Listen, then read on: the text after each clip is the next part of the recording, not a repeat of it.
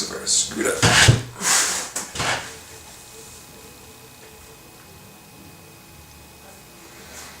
Alright, hey everybody.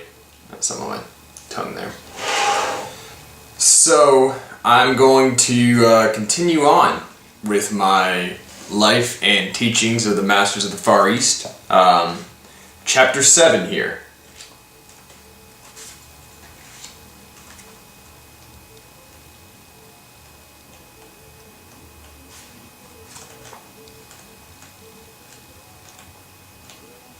Where in the world is it? There we go. There's 6. And number 7. Alright. So what's in store for us today? Let me see how many pages. 1, 2, 3, 4, 5, 6, 7, 8. 9.5 pages, okay? That's how many we'll be covering today. And for those of you who are unfamiliar with the life and the teachings of the Masters of the Far East, a quick little disclaimer. So I am producing via 2 avenues. I'm producing via the live stream here through my phone, and I'm recording it to be posted up onto Facebook when I'm done. YouTube when I'm done. So, just if I'm looking at the camera here or if I'm looking at the camera here, you'll know that that's what's going on. I'm adjusting between 2 different camera angles. Alright, so without further ado, Chapter 7 of Baird T. Spalding's The Life and Teachings of the Masters of the Far East. This is a series that was written around the turn of the century. The explorations into the Far East took place sometime during like the late 1800s, and they're the accounts of interactions with wonderfully spiritual beings while they were over there. So without further ado, I'm going to pick right up where I left off from Chapter 6 and go into Chapter 7. We returned from our trip and found a number of strangers gathered at the village. They were gathering from the country about, and a number of the masters were congregating for a pilgrimage to a village about 225 miles distant. We wondered at this, for we had been in that direction and found that the trail traversed what was called a sandy desert. It was in reality a high plateau, covered with sand hills that the wind had shifted back and forth, and where but little vegetation grew. Beyond the desert, the trail led over a small range of mountains, which is a spur of the Himalayas. That evening, we were invited to accompany the expedition, and were told we would not need to take the more cumbersome part of our outfit, as we would return before crossing the main Himalayas. The expedition was to start the following Monday. Of course, Jast and the prow had everything in readiness, and early Monday morning we swung into line with about 300 others. The greater portion of these had infirmities, for which they were seeking healing. All went well until the following Saturday, when there arose the most severe thunderstorm we had ever experienced. Oof, lost my place, but I'm just looking up there. There was a perfect downpour for 3 days and nights, a forerunner of summer, as they called it. We were camped in a very convenient place and did not suffer from the storm. Our greatest anxiety was about provisions, for we were certain that this prolonged delay would cause serious inconveniences to all concerned, and there was but enough brought along for the trip, not counting delays. This delay seemed doubly serious to us, for, as we saw it, there was no place to replenish our supplies unless we returned to our starting point, probably 125 miles distant. and a greater portion of which lay over the sandy desert already referred to. Thursday morning the sun rose clear and beautiful, but instead of pushing on as we had expected, we were told that we would wait where we were until the trails had dried and the rivers had receded so we could proceed more comfortably.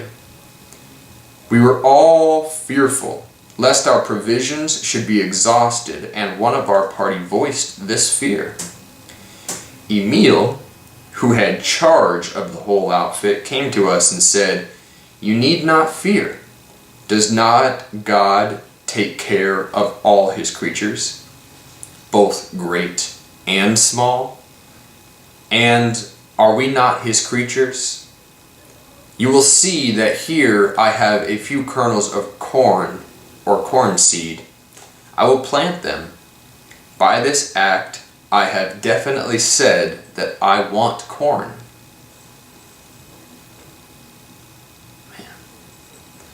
"I have formed corn in my mind.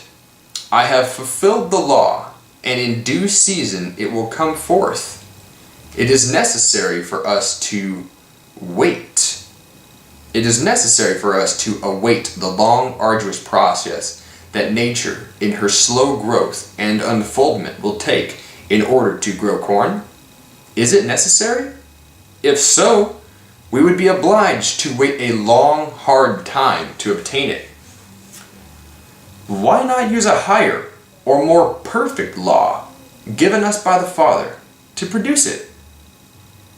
All that is required is to become quiet and visualize or idealize corn, and we can have corn cured, ready for use. If you doubt it, you can gather it, grind it into meal, then make it into bread. There before us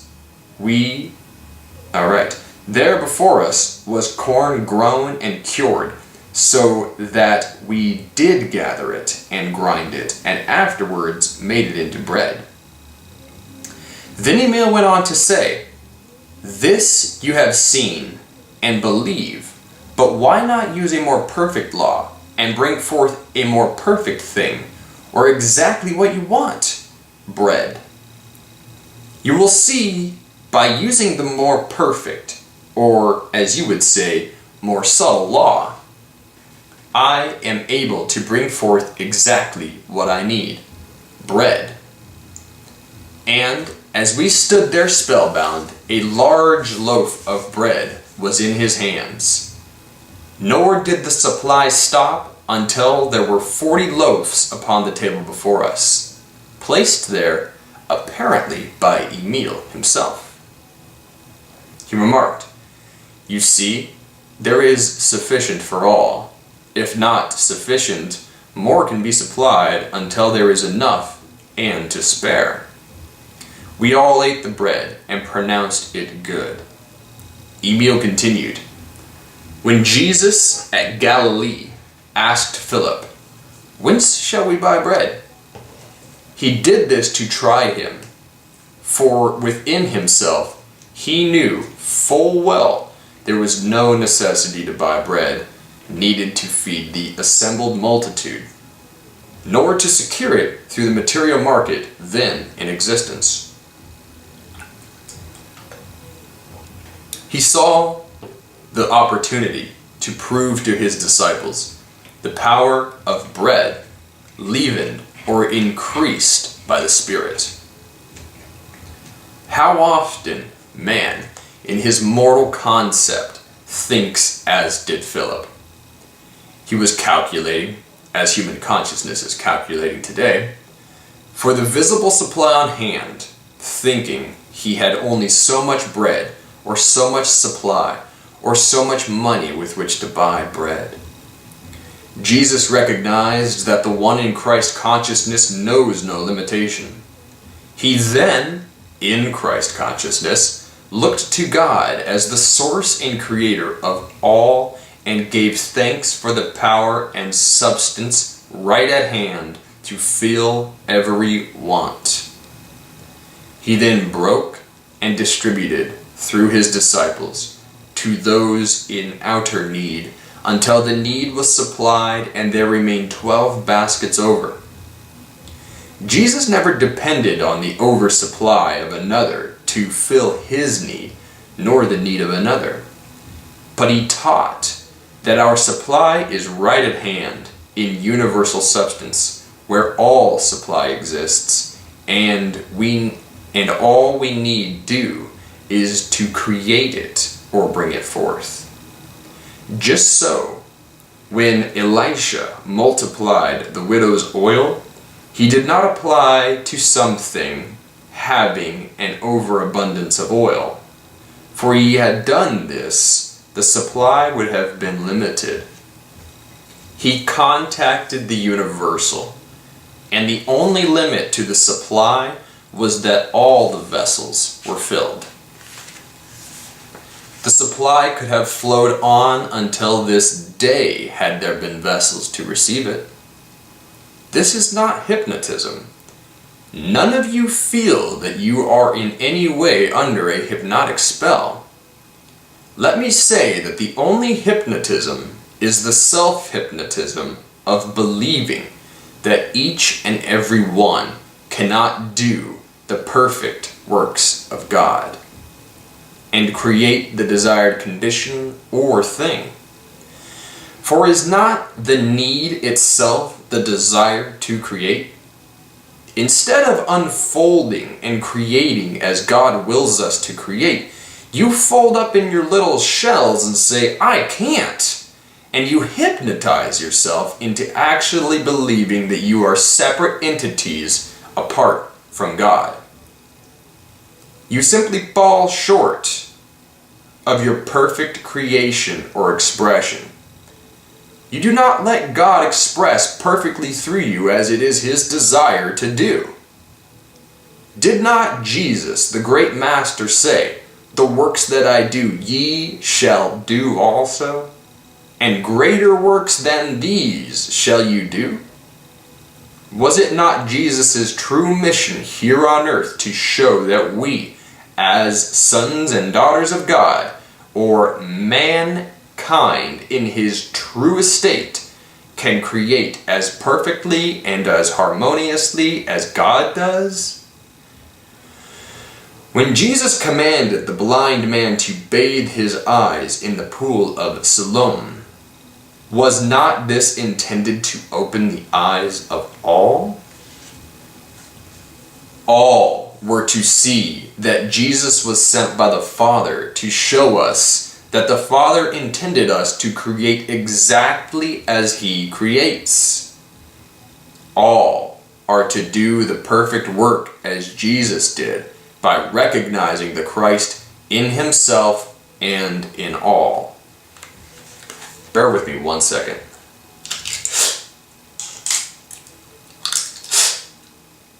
My invisible aligners were giving me some difficulty. I can go one step further. This loaf I just received and held in my hand is consumed as though burned by fire. What happened? I misused the perfect law that brought forth my conception and consumed that which I brought forth. Because of my misuse, or that which I brought forth, because of my misuse, or not using rightly, or righteously, the perfect law, which is as exact as music or mathematics or any other so-called natural law, if I persisted in the misuse of the perfect law, it would consume not only that which I create, but would consume me, the creator. Is the bread really destroyed? We will admit the form is changed, for in place of the loaf we have a small amount of dust or ashes. Has it not in reality been returned, however, to the universal substance from which it sprang? Is it not now in unmanifest form, waiting to be brought again into manifestation? Is this not the way with all forms that go from our sight, either by fire or decay or in any other way? Do they not return to the universal substance, God, from which they sprang? Is this not the meaning of what descends from heaven must ascend into heaven? A short time ago, you saw ice formed, without any apparent cause, as you perhaps think of it. Let me say that this is the same as creating the bread. I can use the law to obtain ice as well as bread, just as long as I use either as a benefit to mankind, or as long as I am working in living accord with the law, or expressing as God wishes all to express. It is good for all to make bread, or ice, or any of all of these things desired, and all must press on to the stage at which they can do these things. Can you not see that by using the highest law, the absolute law of source, you may bring forth that which you need or conceive in mind as your highest idea, and thus please God more fully by manifesting more fully, knowing, as Jesus did, that we are perfect creations of God? Does not this suggest freedom from commercial bondage, as well as all other bondage? As I see it, the commercial bondage will, in a few years, become the greatest bondage of all. If it goes on at the rate it is now progressing, it will dominate man, soul, and body, and it cannot do otherwise than consume itself and those that are interested in it. There is no question but that the first inception of commercialism was on a high spiritual plane, but materialism was allowed to creep in until the very power used to create it is the power that will consume. Just as the very power used to create will always consume if not used rightly. Is not the pressing of commercialism and limitations upon us crowding us on to see that we must come up over or overcome these conditions? Is not this done by simply realizing that we are to do these perfect works of God, to raise our consciousness to the Christ consciousness?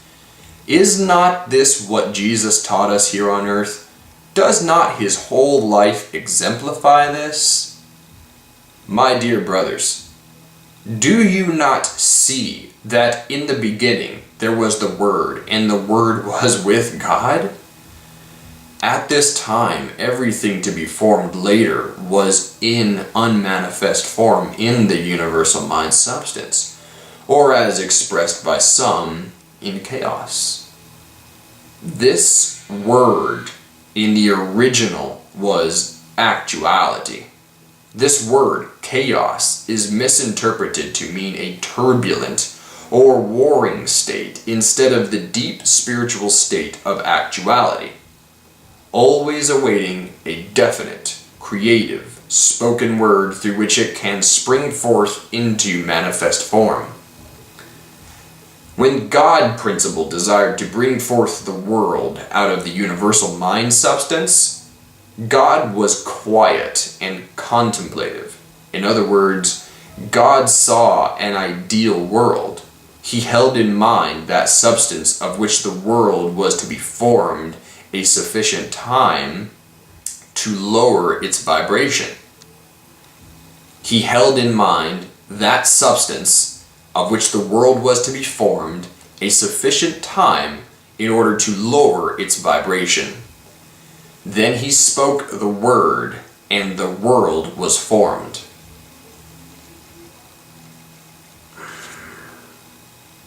Gotta wait a second because it's telling me there's a poor wireless connection. So just live video. Alright, we're back up and rolling. Give me a second to have a little drink of kombucha.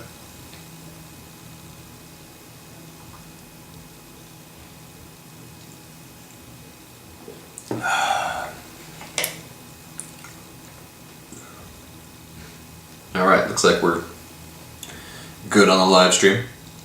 When God desired to bring forth the world out of universal mind substance, God was quiet and contemplative. In other words, God saw an ideal world.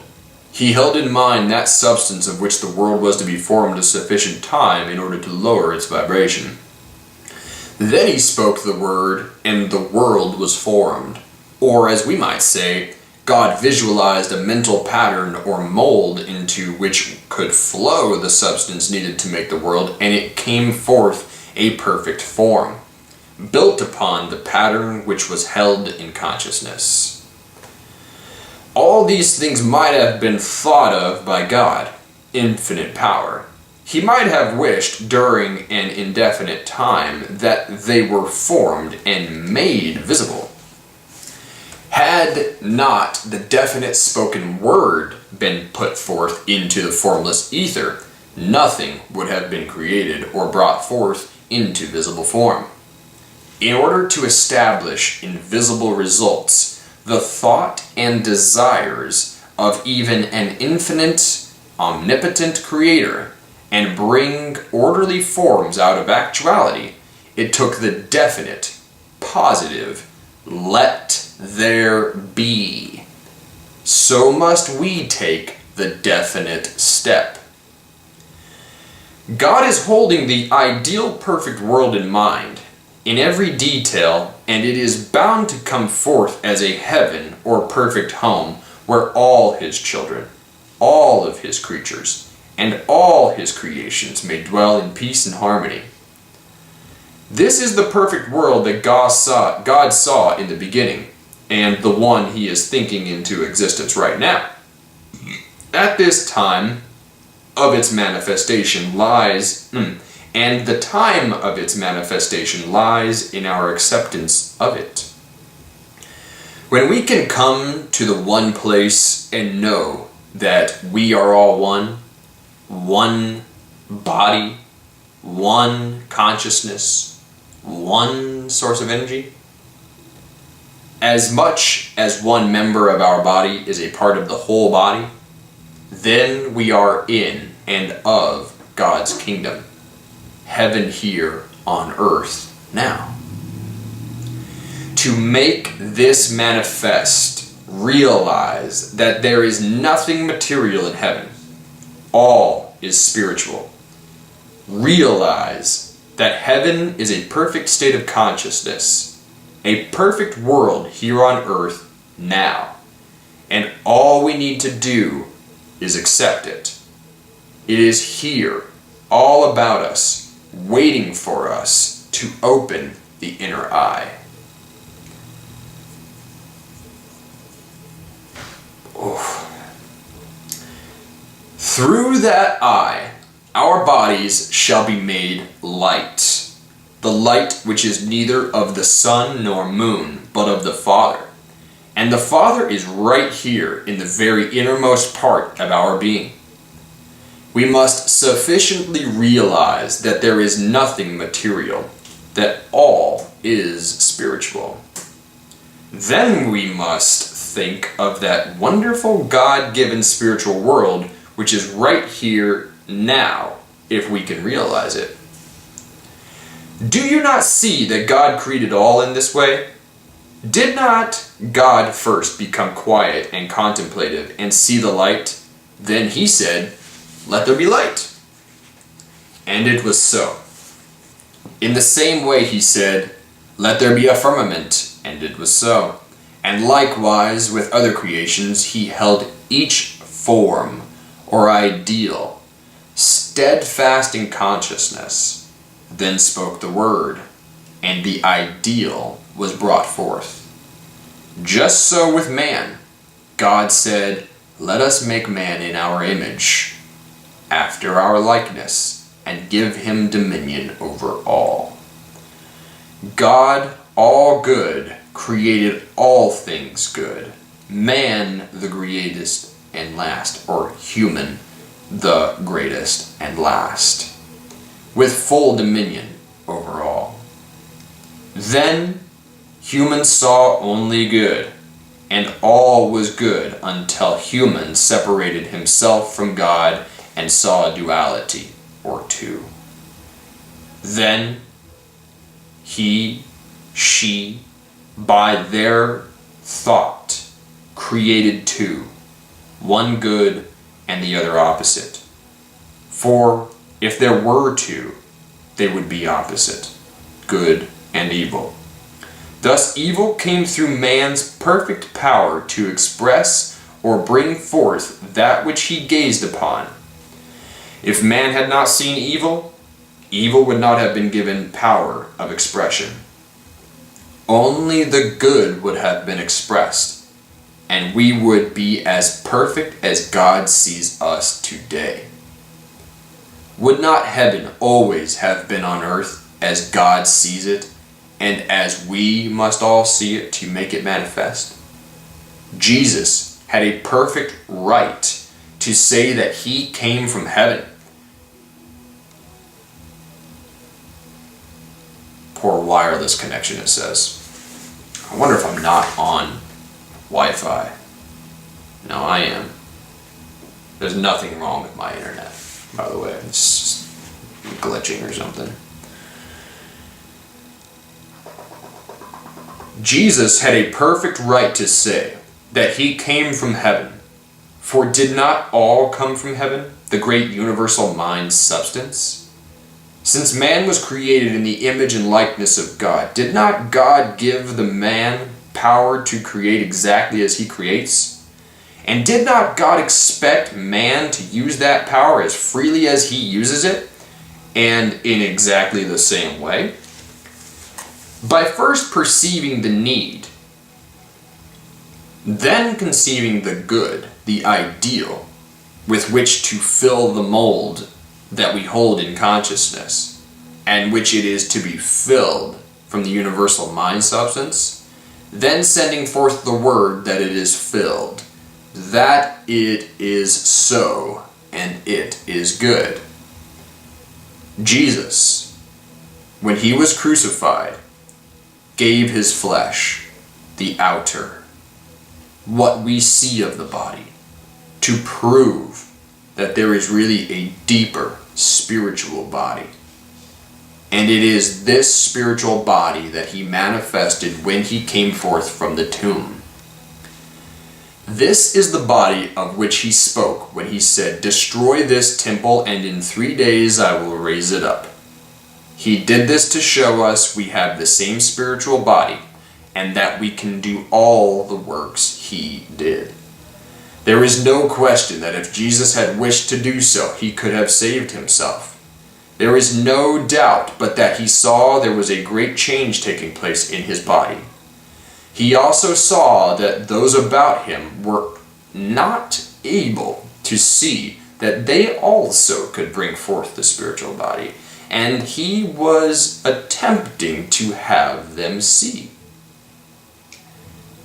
As he was attempting to have them see, they still looked to the personal, and he saw that if he brought forth the spiritual body without some decided change, the people would not be able to discern between the material and the spiritual. So he adopted the way of the crucifixion to bring about the change. Truly, is not this the Christ in man, which the great Master Jesus, whom we all love and reverence, came to show? Did he not unfold his life here on earth to show us the perfect way to God? Can we do other than love this perfect ideal way when we once see it? Whether it be planting seed, making bread, or doing the 1,000,001 things necessary to human existence, are not these acts mere lessons carrying us on to our unfoldment? Someday we are to realize that we are truly sons and daughters of God, not servants, that as sons we can do and have all that the Father has, and that we can use it just as freely as our Father does. I admit, this takes a mighty faith at first, one that usually must be taken step by step and must be practiced faithfully like music or mathematics until we come to the place of knowing. Then we are grandly, beautifully free. Could there be a better, truer example of this life than that of Jesus? Can you not recognize the power that is in his name, Jesus, the Christ made manifest, or God manifesting through the flesh man? Jesus came to the place where he relied wholly upon his deep knowledge or understanding of God, and this is how he did his mighty works. He did not rely upon his own willpower or upon strong concentrated thoughts. Neither must we rely on our own willpower nor strong concentrated thoughts, but upon the will of God. 'Tis not my will, but thine, O God, be done. Will to do the will of God. Do not think that Jesus willed in all things to do the will of God, or to do what God willed him to do.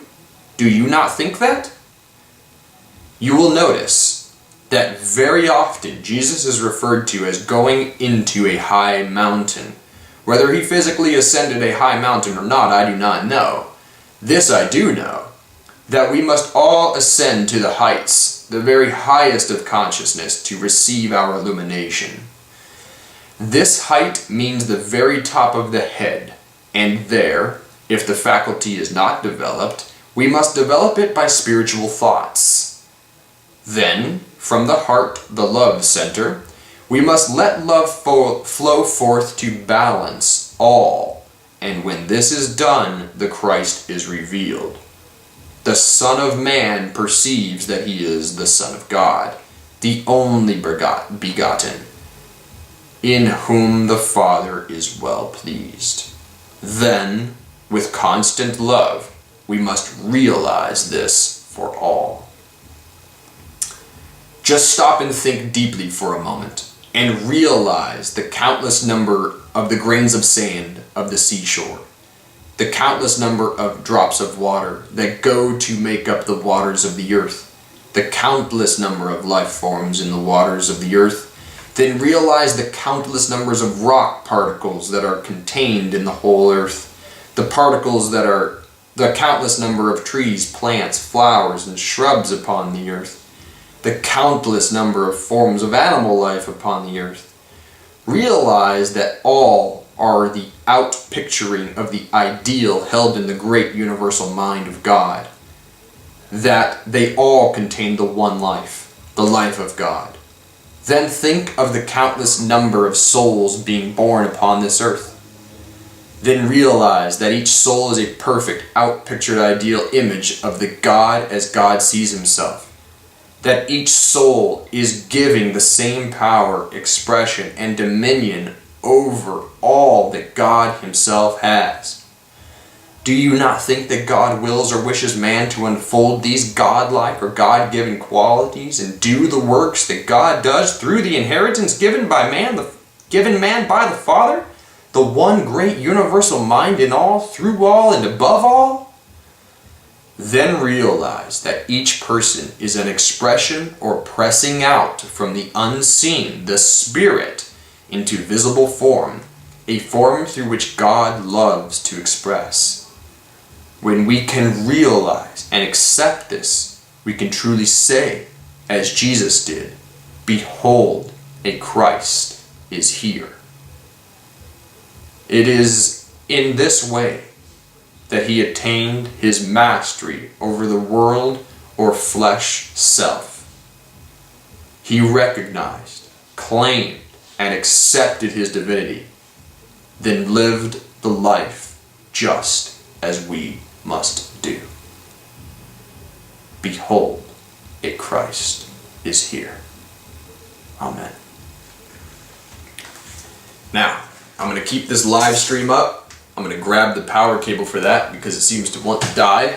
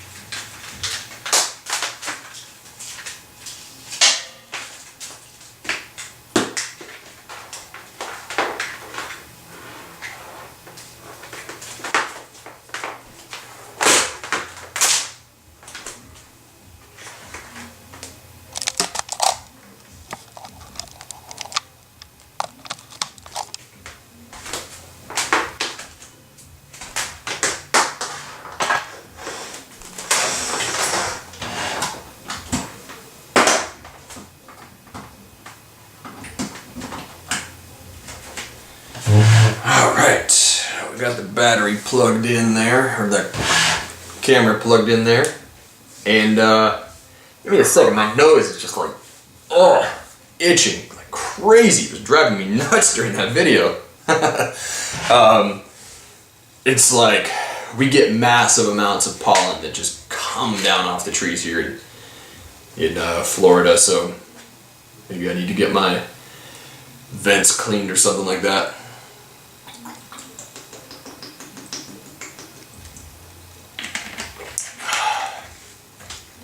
Alright, so now if you're familiar with the way that I do these videos, you know that now I'm going to talk a little bit about what I just read.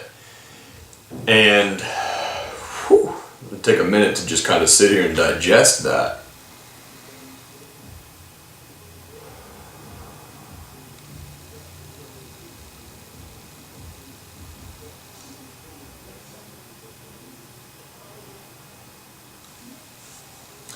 I'm learning a lot about like broadcasting and stuff, and you're not really supposed to have dead air when you're doing it, but meditation is a wonderful thing, and there's nothing dead about it.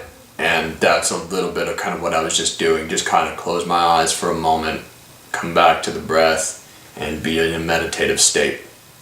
So we just read about the outpressing of the ideal, and holding intention, holding a visual or holding a non-material form in mind for universal substance to substantiate, to fill, okay?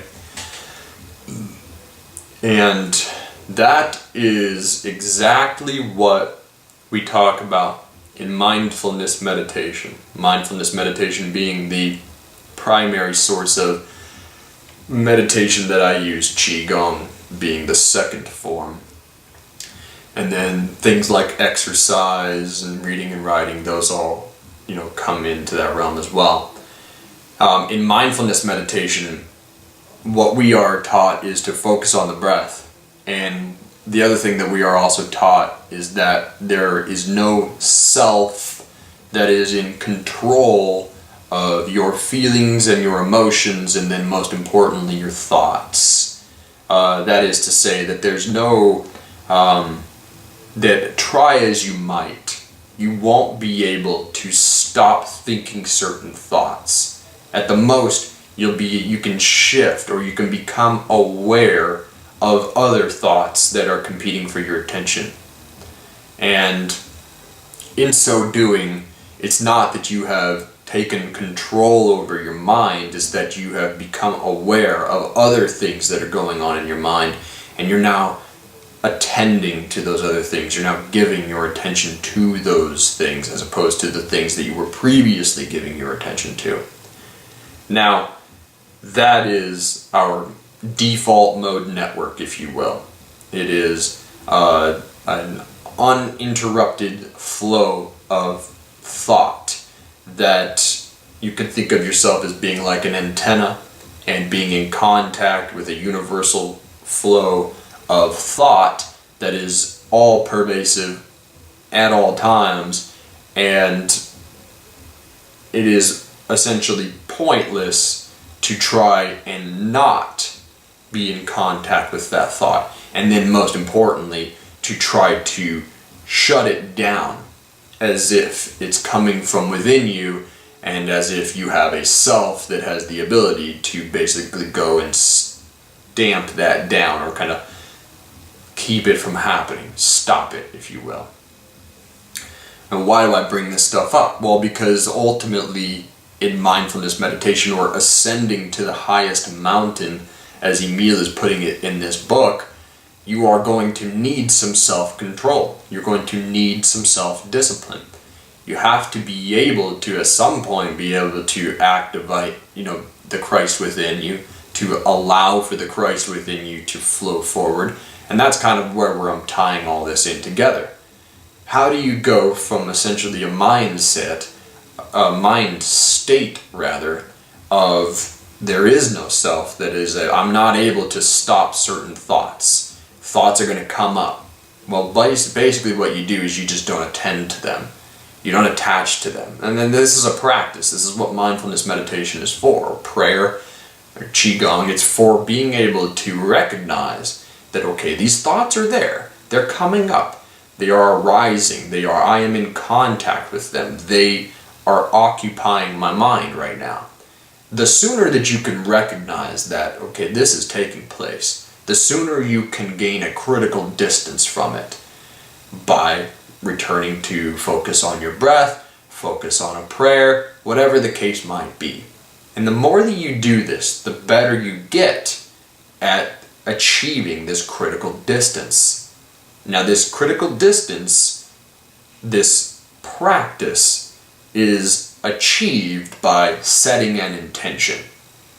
This is where I'm getting with the hold something in your mind and then allow the universal substance that is all pervasive at all times to then fill that form so that it then became manifest in your reality.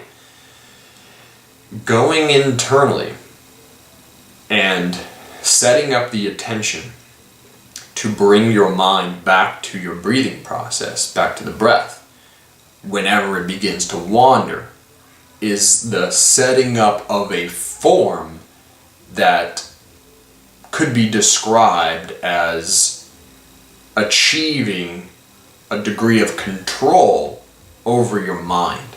So anything can be a form. We typically think of forms like this water bottle. Like, this is a form and it is containing water. Sure, we could think of water as being a form, or we could think of water in this particular case as being the formless, without form. And it is achieving shape and structure via the form that was molded and made manifest to contain it, or to allow it to be perceived as having form. Okay. So now that we have this water bottle analogy in hand, in our mind, what we can do is use this analogy, this analogy. I'm trying to get the camera a little better situated down here so that they can see the bottle here too. We can think of this bottle as being the intention that we set, okay? But we're not going to manifest a bottle out of thin air just like that. Not anytime soon, okay? So, what do? Well, we hold this in mind. We give it our conscious attention. I'm not advertising for this company either, by the way. I just realized that it might be what that looks like, but I'm not. We could hold this bottle as the intention to have better self-mastery, better self-control, more understanding of the working of our mind, or the ability to think harmonious thoughts, whatever you want to think of. You know, the ability to bring bread out of thin air, like the example that they use in the book. The intention is what is ultimately going to be filled by the universal life-giving substance, in this case water, or,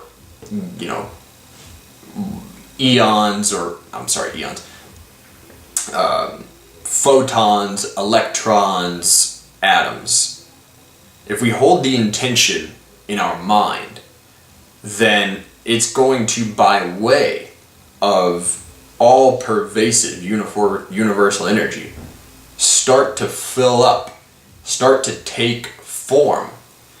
And anybody that's familiar with going on a diet for 90 days, or anybody that's familiar with going to the gym for 90 days, or doing yoga for 90 days, reading a book every day for 90 days, any kind of new undertaking that you aspire to integrate into your life and to change yourself with, the intention is what precedes the manifestation.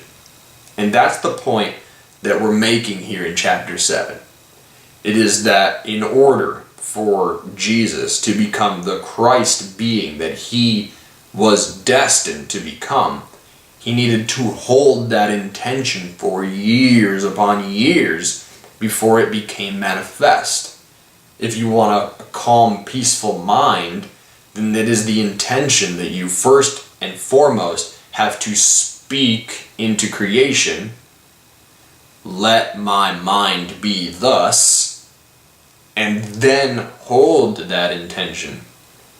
And the time between you planting the seed and the crop growing, or the fruit of your labor taking physical form, when you've initially set down this path, is going to be about the same amount of time that it takes for you to plant a seed, like a flower or corn, in the ground, from whence it grows up and is made ready to eat or made ready to observe its beauty.